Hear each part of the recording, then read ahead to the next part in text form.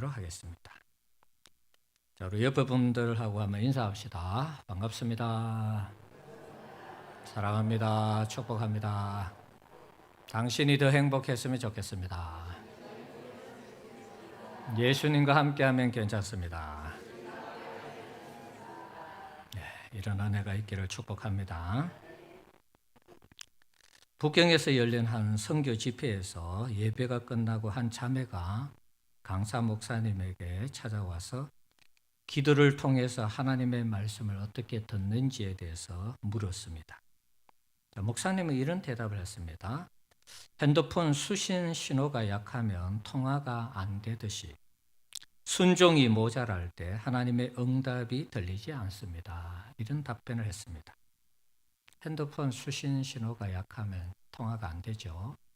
깊은 산속 같은 데 가면 통신 시설이 없어서 연결이 안 되는 것입니다.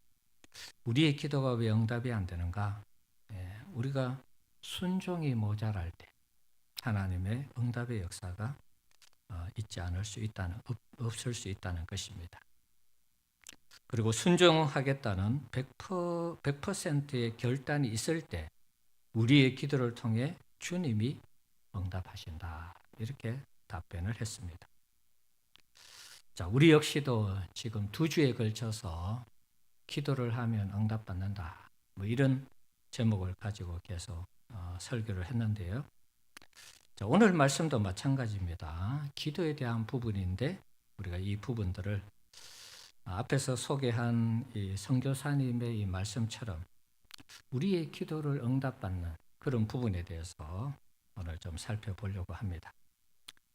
2주에 걸쳐서 우리는 기도를 하면 구하고 찾고 두드리면 좋은 것 주시는 하나님을 우리가 만나게 된다. 그리고 우리가 기도할 때 계속 기도하면 꿈이 생기고 꿈이 생긴 이후에 계속 또 간절히 기도하면 그것이 현실이 된다. 그런 말씀 드렸습니다. 2주 정도 우리가 기도에 대한 긍정적인 그런 면을 살펴봤습니다. 자, 하지만 이번 주에 새벽 기도회를 인도하면서 오늘 본문입니다. 스가랴서에 나오는 이 내용들은 우리의 기도에 좀 부정적인 면으로 접근하는 그런 경향이 있습니다. 그래서 이것을 어떻게 조화시킬 것인가 나름대로 생각하다가 오늘 설교하게 되었습니다. 오늘 제목을 보면 하나님의 거래라 이렇게 되어 있습니다. 갈거 올 내자를 썼습니다. 가는 것이 있으면 오는 것이 있다. 그런 뜻이죠.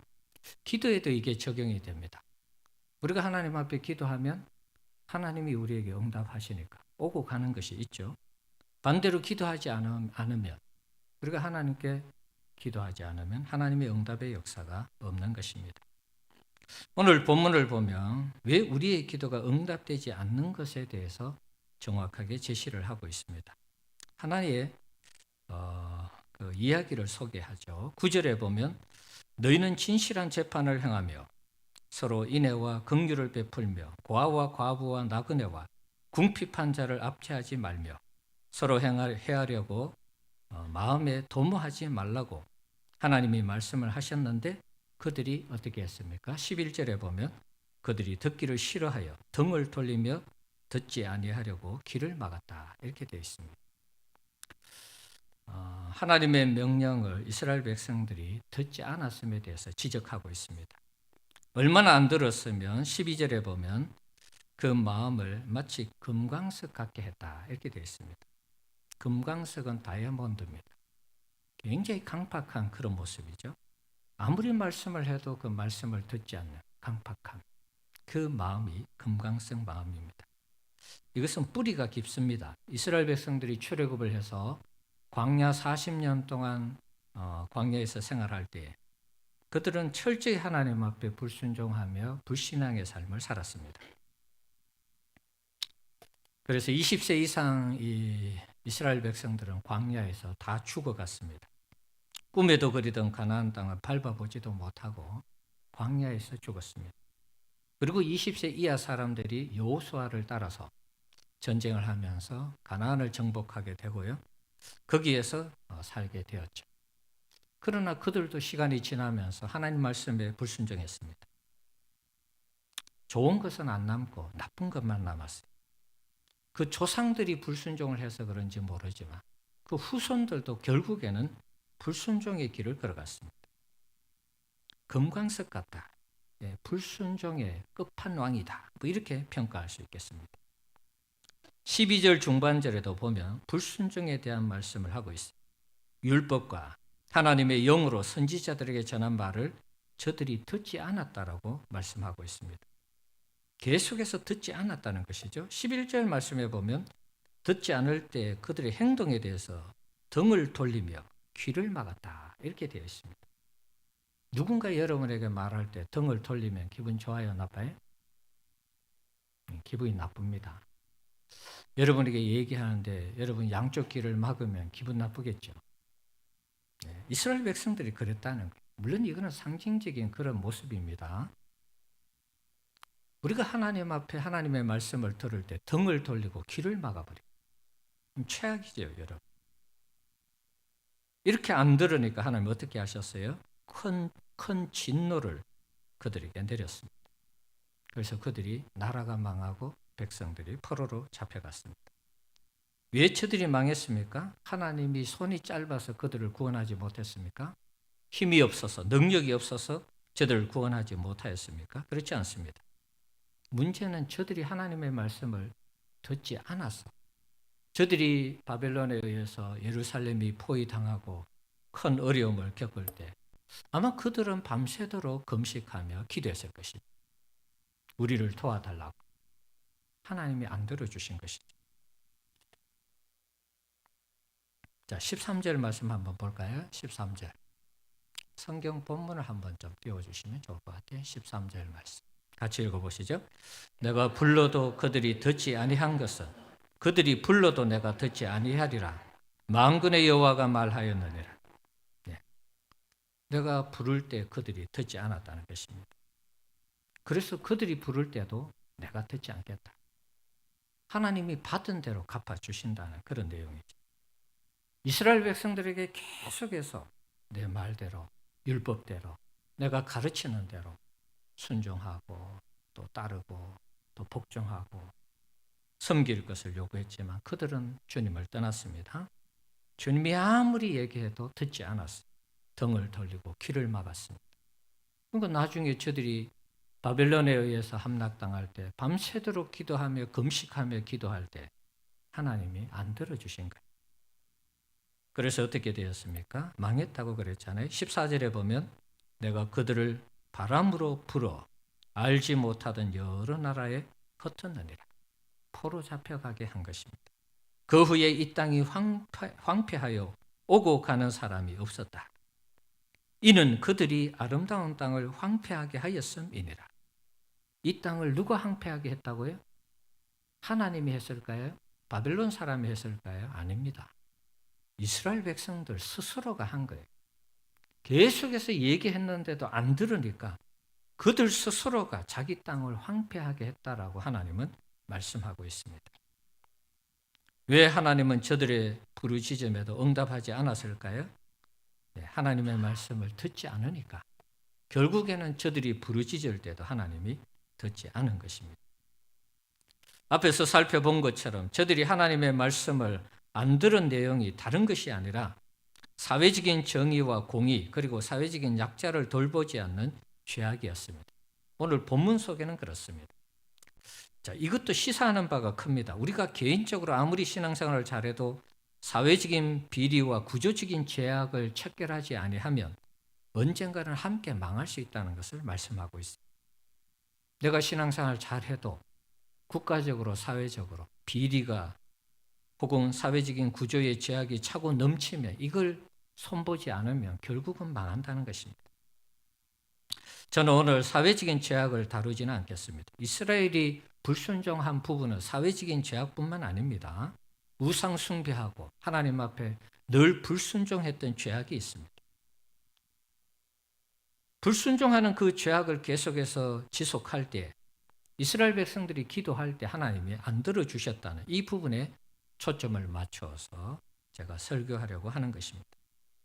우리가 아무리 열심히 기도하고 아무리 간절히 기도해도 안 되는 경우가 있음을 말씀하고 있습니다. 하나님의 말씀을 계속 기억하면서 우리가 기도할 때 우리의 기도는 응답이 안 되는 것입니다. 앞에서 2번 설교했습니다. 우리 하나님 좋으신 하나님이시기 때문에 구하고 찾고 두드리면 좋은 것 주신다. 그리고 우리가 기도하다가 꿈이 생기고 그 꿈을 위해서 간절히 기도할 때 현실이 되게 하신다. 그런 말씀 드렸습니다. 그러나 오늘 본문에는 우리가 구해도 응답이 되지 않는 부분에 대해서 소개하고 있습니다. 그래서 이걸 이제 바꿔야 되겠죠. 적어도 우리가 기도 응답을 받으려면 하나님 앞에 순종하면서 기도하는 자세를 취해야 된다. 그런 말이죠. 그러면은 앞에 있는 설교와 연결이 되는 것입니다. 우리가 불순종의 마음을 가지기를 결단한다면 앞에 얘기했는 2분의 설교는 아무런 의미가 없습니다. 숲으로 돌아가는 것입니다.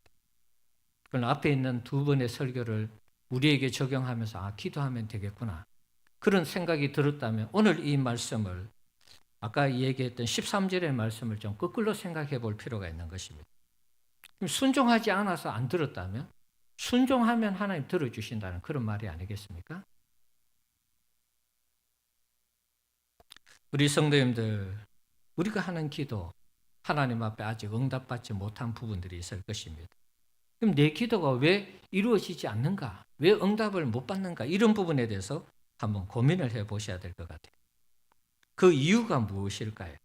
여러 가지 이유가 있을 수 있습니다. 물론 인내하면서 기다려야 되는 그런 부분들도 있습니다. 여러 가지 이유 중에 내가 하나님 앞에 순종을 하지 않아서 응답받지 못하는 그런 부분이 없는지를 한번 체크해 볼 필요가 있는 것입니다. 잠언 28장 9절에 보면 사람이 귀를 돌려 율법을 듣지 아니하면 그의 기도도 가증하니라.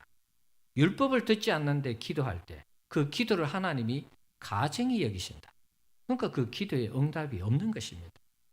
미가서 3장 4절에 그때 그들이 여호와께 부르짖을지라도 응답하지 아니하시고 그들의 행위가 악했던 만큼 그들 앞에 얼굴을 가리시리라. 그들의 행위가 악했던 만큼 불순종했다는 거 아니겠습니까? 불순종할 때 부르짖어도 응답하지 않고 그들 앞에 얼굴을 가리시겠다. 하나님 나타내지 않겠다는 그런 뜻입니다. 예레미야 14장 10절에서 12절의 내용을 보면 여호와께서 이 백성에 대하여 이와 같이 말씀하시되 그들이 어그러진 길을 사랑하여 그들의 발을 멈추지 아니하므로 어그러진 길을 사랑했다. 그들의 발을 멈추지 않았다. 이게 불순종했다는 뜻이 아니겠습니까? 여호와께서 그들을 받지 아니하시고 그들을 안 받았다는 것이죠. 이제 그들의 죄를 기억하시고 그 죄를 벌하시리라 하시고 여호와께서 또 내게 이르시되 너는 이 백성을 위하여 복을 구하지 말라. 예레미야 선지자에게 이스라엘 백성들을 위해서 복을 구하지 말라고 그러는 거예요. 하나님이 선지자에게 이렇게 요청할 만큼 이스라엘 백성들이 불순종했다는 것입니다. 그들이 금식할지라도 내가 부르짖음을 듣지 아니하겠고 번제와 소제를 드릴지라도 내가 그것을 받지 아니할 뿐 아니라 칼과 기근과 전염병으로 내가 그들을 멸하리라. 아무리 금식하고 아무리 부르짖어도 하나님이 안 듣겠다는 것입니다. 우리가 지금 하나님 앞에서 이런 영적 상태라면 우리의 기도 응답은 요원한 것입니다. 우리의 기도가 하나님 앞에 응답이 안 되는 것입니다. 기도하면 된다 해서 열심히 기도하려고 여러분 마음 먹으셨는데 오늘 또 딴소리 하니까 다른 소리 하니까 여러분 좀 실망이 되실 수 있습니다. 기도 열심히 한번 해보려고 작정하고 기도하고 있는데 또 이게 불순종하면 응답을 안 해주신다. 이런 얘기를 들으면 여러분 또 기도에 대해서 또 실망할 수 있습니다. 어쩌면 우리가 하나님 앞에 신앙생활하는 부분들이 불순종하는 부분들이 많이 있죠. 그래서 내 기도는 안 들어주시겠구나. 이렇게 이제 기도를 접으려고 하는 분들이 있을지 모르겠어요. 그러나 여러분 이걸 반대로 한번 생각해 보십시오. 내 기도가 하나님의 말씀에 순종을 안 해서 응답을 못 받았다면 거꾸로 한번 생각해 보십시오. 내가 하나님의 말씀에 순종하기만 한다면 하나님이 내게 응답을 해 주신다. 그러면 우리가 순종하면 되는 거 아닙니까? 어려운가요? 우리가 하나님의 말씀에 순종하면 하나님이 우리의 기도에 응답을 하신다라고 말씀하고 있어요. 그럼 우리의 생각을 바꾸면 되는 것입니다. 이제부터 내가 순종하면서 기도해야 되겠구나. 그러면은 기도의 응답의 역사가 있다는 것입니다. 사랑하는 성도 여러분, 기도의 무용론이 나오고 있습니다. 기도해도 뭐하냐? 왜 기도의 무용론이 나올까요? 기도해도 안 되니까.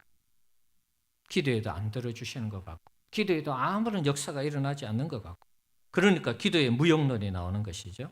그러나 우리가 기도의 무용론을 얘기하기 전에 내가 하나님 앞에 얼마만큼 순종하고 있는가, 이런 부분을 한번 체크해 볼 필요가 있습니다. 우리가 하나님 앞에 순종하기로 결단만 한다면 우리의 기도는 놀랍게 역사하실 줄 믿습니다. 기도에 대한 이 패러다임을 좀 바꿀 필요가 있습니다. 내가 주님의 말씀을 듣지 않는 가운데 기도하면 주님이 내 기도도 안 듣는 것입니다. 이걸 거꾸로 하면 주님이 내게 말씀하실 때 내가 잘 들으면 주님이 내 기도에도 잘 들으시고 응답하신다는 것입니다. 순종하는 역사가 있기를 축복합니다. 21세기는 제가 누누이 말씀드리지만 사사기 시대, 그래서 이제 제가 표현을 한다면 신사사기 시대다 이렇게 표현하고 싶어요. 제가 줄기차게 주장했던 부분이 이 부분이지. 하나님의 말씀이 있지만 우리는 그것을 우리 방식대로, 우리 마음대로 해석을 해서 자기가 좋아하는 신앙의 방식대로 신앙생활을 합니다. 그게 아니라고 해도 자기 방식을 굽히지 않습니다. 자신은 그것이 진리이고 최선이라고 생각합니다. 그러다 보니까 자기 중심적인 신앙생활을 할 수밖에 없는 것이죠. 사사기 시대의 특징이 무엇입니까? 자기 소견에 옳은 대로 하는 것입니다. 왕이신 하나님이 있었음에도 불구하고 자기 좋은 대로 신앙생활을 하는 거예요. 그게 최고의 신앙으로 생각하고 있습니다. 그런데 그 시대에 어떻게 되었습니까? 항상 주변 나라에 이스라엘은 괴롭힘을 당했습니다. 저들 하고 싶은 대로 하나님 내버려 두시는 것이죠. 그런데 사사가 등장하고 하나님 앞에 순종하면서 기도할 때 사사가 그 이스라엘을 구원하지 않습니까? 이게 사이클처럼 계속해서 사사기 시대가 그렇게 반복되고 있습니다.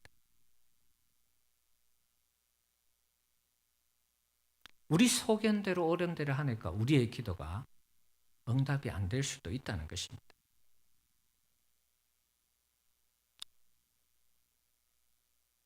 어쩌면 오늘 우리 시대의 기도 응답의 역사가 더디고 힘이 든 이유가 자기 소견에 옳은 대로 행하면서 우리가 신앙생활을 하기 때문에 기도 응답의 역사가 더디고 힘든 것이 아닌가, 그런 생각을 해봅니다. 자기를 부인하고 자기 십자가 지고 신앙생활을 해야 되는데 자기가 주인이 되고 주도권을 가지고 신앙생활을 하다 보니까 하나님이 역사할 공간이 없는 것입니다. 우리 마음이 우리가 주인이 되어 있을 때 하나님이 우리 마음속에 역사할 공간이 없는 것이죠. 겉모양은 그리스도인인데 속사람은 세상 사람과 크게 다르지 않습니다. 경건의 모양은 있는데 경건의 능력이 없는 것입니다. 여러분, 경건의 능력이 있나요? 속단할 수는 없지만 최근에 여러분들이 기도 응답의 역사가 있었느냐, 이걸 체크해 보면 되겠죠.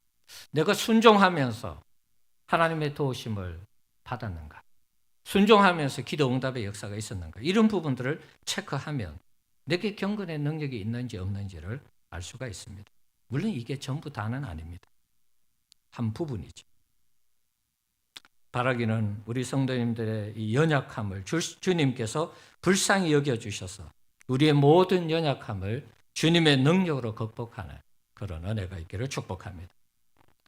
우리가 순종할 때 기도 응답의 역사가 있다는 걸 기억하셔야 됩니다. 우리가 계속 불순종하면서 내 기도를 들어달라고 하면 하나님 앞에 그것은 안 되는 것입니다. 금요일 날 소개했던 건축업의 사업하는 여자 집사님에 대해서 소개를 했습니다. 그분의 사업은 위태위태하면서도 사업이 망하지 않고 계속된다는 것입니다. 위태위태한데 오늘 내일 문 닫아도 이상하지 않는 회사인데 그분이 어떻게 문을 안 닫을까요? 제가 생각한 것은 그것입니다. 그분이 어려워도 늘 말씀대로 사업을 한다는 것입니다. 자기 밑에 들어온 부장이 회사를 완전히 이상한 회사로 만들어서 엄청난 손해를 끼쳤는데도 그 사람 고발하지 않고 그냥 그만두게 했습니다. 아직도 그 여파가 계속되고 있습니다. 수습한다고 정신이 없는 거예요. 그분 연매출이 한 60억 정도 된다고 그랬습니다. 작년만 8억 마이너스였다고 합니다. 한 사람이 회사를 거의 망쳐놓는 그런 상황이었어요. 그런데도 이분은 회사가 어렵고 힘들어도 하나님 말씀대로 회사를 경영하고 있습니다. 작년에 8억 적자를 봤는데 그러면 회사가 문을 닫아야 되는데 문을 안 닫았다는 거예요. 이번에 이제 신방 갔을 때 이제 앞으로 여기 공장 하나 보여주시면서 여기서 이제 물건을 만들 것이다. 그런 얘기를 해요. 물건 만드는 공장을 보여주셨어요. 만들 공장을 보여주셨어요. 사무실을 갔는데 참 너무 멋진 사무실이었습니다. 이분 얘기를 들으면 빨리 문을 닫고 망하고 그래야 되는데 뭐 또 사무실 하나 보여주고 그것도 그냥 이 사무실이 아니에요. 굉장히 일산에 있는 멋진 사무실이었습니다. 그런 사무실 보여주고 또 공장을 이렇게 보여주면서 여기에서 물건을 만든다는 거예요. 제가 헷갈리는 거예요. 이분이 분명히 말로는 계속 망한다 그러고 어렵다 그러고 하루하루 살기 어렵다고 그러는데 또 뭐 공장 짓는다 그러고 또 사무실 좋은 데 보여주시고 이러니까 제가 헷갈리는 거예요. 이분이 진짜 망하려고 하는 것인가? 사업을 계속 하고 싶어 하시는 거예요. 저도 헷갈려요. 작년에 8억 마이너스 받는데 이분의 논리는 또 희한해요. 8억 마이너스 받는 거를 그걸 다 갚았다는 것이죠. 자기 것은 아닌데 8억이라는 돈이 생겨서 마이너스지만 어디에 갚을 걸 갚아서 적자이기는 한데 그래서 이제 8억을 갚았는데 그 돈이 어쨌든 갚을 돈을 갚았기 때문에 마이너스였지만 자기가 그만큼 번 것이 아니냐 뭐 이렇게 얘기를 해요. 그것도 또 헷갈려요. 마이너스면 완전히 없어서 이 회사가 재정적으로 굉장히 어려우면서 문을 닫아야 되는데 그것도 아니에요. 그분의 논리는 8억 적자 받지만 받은 게 있으니까 나간 거 아니냐 뭐 이렇게 얘기를 하시더라고요. 이분의 이제 나중에 이제 만약에 회사가 정상적으로 이제 이렇게 성장해 간다면 60억 매출에 8억 정도 벌면 뭐 괜찮지 않습니까? 10분의 1 정도 이상 남으니까. 이분이 꼭 망할 것 같은 그런 상황인데 지금까지 온 게 기적입니다. 수년 동안 굉장히 어려운 그런 사업을 계속해서 해오고 있습니다. 망해야 되는데 왜 안 망하느냐? 오늘 말씀을 근거로 한다면 이분이 아무리 어려워도 하나님 말씀대로 경영을 한다는 거예요. 그러니까 예를 들어서 월급날 돌아오잖아요. 오늘 월급날이에요. 돈이 없어요. 하나님 말씀대로 경영하니까 하나님께 자동으로 기도가 나오겠죠. 오늘 우리 직원들 월급날인데 하나님 월급 없습니다. 월급을 주세요. 그럼 어느 순간 또 월급이 들어온다 그래요. 또 월급 주고. 어떤 대출 받은 건이 이제 또 나가야 되면 돈이 없는데 하나님 오늘 이거 갚아야 되는데 안 갚으면 큰일 나는데 하나님 도와주세요. 그럼 또 돈이 들어온다는 거예요. 이분이 안 망하는 이유가 하나님 말씀에 순종하면서 그냥 기도가 그분의 이 사업하면서 한숨이 기도예요. 오늘 월급 줘야 되는데 오늘 이거 갚아야 되는데 오늘 또 이렇게 해야 되는데 이게 자동으로 기도가 되는 것이죠. 순종하며 하나님 앞에 부르짖는 그 기도가 다 응답이 되어서 망할 것 같은 회사가 지금 수년째 안 망하고 이렇게 계속 하고 있어요. 제가 어제 설교한 건 그런 것입니다. 환난은 인내를, 인내는 연단은 소망을 이루는 줄 압니다. 집사님이 하나님 말씀 붙들고 여기까지 왔으니까 계속해서 순종하면 반드시 하나님이 복을 주실 것입니다. 어떤 일이 있어도 하나님 말씀대로 순종하는 살아가는 그걸 포기하지 마시라고. 나중에 잘 되면 간증하시러 오라 그렇게. 지금은 어렵습니다. 하지만 망하지 않고 수년 동안 계속 간다는 게 기적입니다. 여러분, 우리가 순종할 때 하나님은 우리의 기도에 응답하시는 줄 믿습니다. 저는 그분을 보면서 하나님의 살아계심을 봤습니다. 하나님은 여전히 당신의 백성들에게 관심이 있고 그 백성들이 믿음으로 살아가지만 힘들지만 말씀대로 살고 기도할 때 하나님이 위태위태한 상황에서도 그를 구원해 가신 하나님의 역사를 봤습니다. 여러분, 하나님의 살아계심을 믿으시기 바랍니다. 우리가 순종하면서 하나님 앞에 기도한다면 반드시 응답해 주실 줄 믿습니다. 지난주 오후에 오셨던 이덕진 목사님, 우리가 하나님의 말씀을 어디까지 믿을 것인가, 그런 도전의 말씀을 주셨습니다.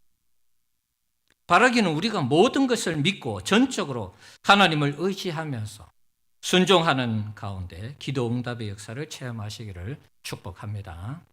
하나님의 일하심에 대해서 전적으로 믿으셔야 돼요.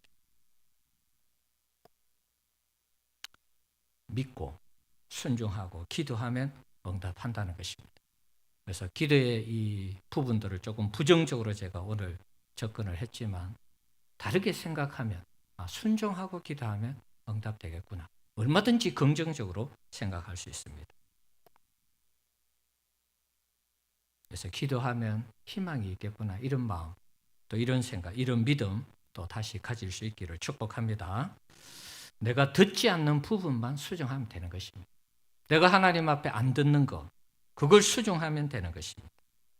수정하고 고치고 바로잡아서 우리가 기도하면 하나님 우리에게 놀랍도록 응답하시는 그런 역사가 있게 될 줄 믿습니다. 요셉 같은 경우에 어디까지 순종했을까요? 몇 사람 예를 한번 들어보겠습니다. 요셉은 형들에 의해서 종으로 팔렸죠. 하인 종살이하고 감옥에 가서 감옥살이 했습니다. 엄청난 어려운 시간들을 보냈습니다. 요셉이 만약에 형들을 복수하고자 하는 그런 마음, 그런 생각을 가지고 있었다면 그가 총리가 되었을 때 자신 앞에 나타난 형들에게 어떻게 했을까요? 다 죽여버렸겠죠. 자기가 당한 만큼 다 갚았을 것입니다. 그렇게 했다면 이스라엘 어떻게 되었을까요? 그 가족들 다 죽었는데 이스라엘이 생존할까요? 이스라엘이라는 나라가 이 땅에 생존할까요? 없는 것이죠, 여러분. 자기에게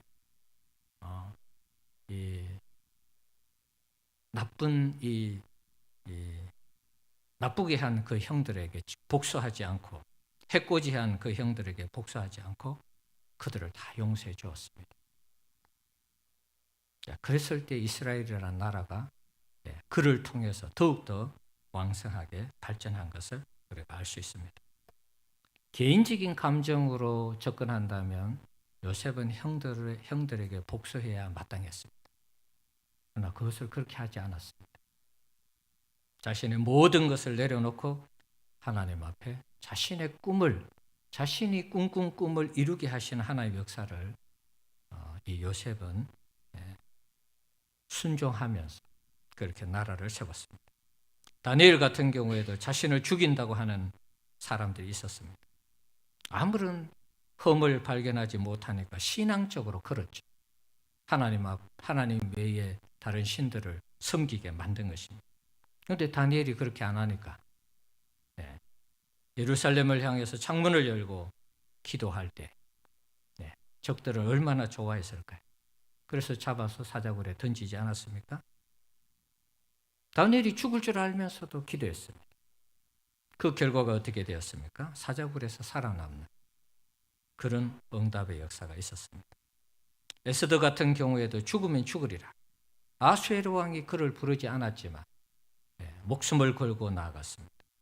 그랬을 때 그의 순종을 통해서 그 민족이 구원을 받았습니다. 바울도 선교하다가 루스드라에서 돌에 맞았습니다.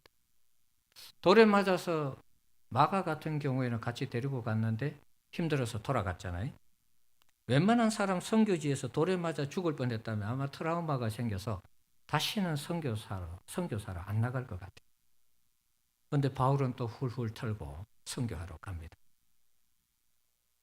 순종하면서 복음 전했을 때 유럽이 복음화되는 이런 역사로 나타났습니다.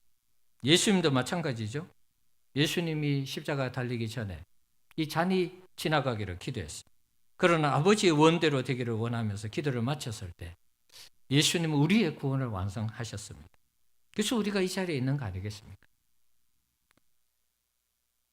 죽기까지 복종하기 싫은 여러 가지 하나님의 말씀, 우리가 듣고 순종할 때 정말 기적적인, 기적과 같은 방법으로 하나님의 역사하시고 우리의 기도에 응답하시는 그런 하나님의 살아계심을 꼭 경험하는 우리 성도님들 되시기를 축복합니다. 우리가 하나님의 말씀에 순종할 때 기도 응답의 역사가 있다는 걸 기억해야 됩니다. 이사야서 말씀 한 구절 보고 마칠게요. 이사야서 56장 6절에서 7절 내용을 보면 이런 말씀이 있습니다. 또 여호와와 연합하여 그를 섬기며 여호와의 이름을 사랑하며 그의 종이 되며 안식일을 지켜 더럽히지 아니하며 나의 언약을 굳게 지키는 이방인마다 내가 곧 그들을 나의 성산으로 인도하여 기도하는 내 집에서 그들을 기쁘게 할 것이며 그들의 번제와 희생을 나의 제단에서 기꺼이 받게 하리니 이는 내 집은 만민이 기도하는 집이라 일컬음이 될 것입니다. 이 내용을 보면 이방인들의 관계되는 말씀을 하고 있습니다. 여호와와 연합하여 그를 섬기며 여호와의 이름을 사랑하며 그의 종이 되며 안식일을 지켜 더럽히지 아니하며 나의 언약을 굳게 지키는 이방인마다, 이방인들이 나중에 하나님을 섬길 때 안식일을 지키는 것, 주일을 지키는 것이죠. 그리고 하나님과 연합하고 그분의 이름을 사랑하고 그분에게 순종하는 그런 사람들이 된다면 7절에 보면 기도하는 내 집에서 그들을 기쁘게 할 것이다. 이렇게 말씀하고 있습니다. 하나님의 집, 물론 당시에는 성전이지만 지금은 교회가 아니겠습니까? 교회에서 주의를 잘 지키면서 하나님 앞에 그 다음 나오는 9절, 7절에 이렇게 되어 있죠. 그들의 번제와 희생을 나의 제단에서 기꺼이 받게 되리니 기쁘게 그 예배를 받으신다는 뜻 아니겠습니까?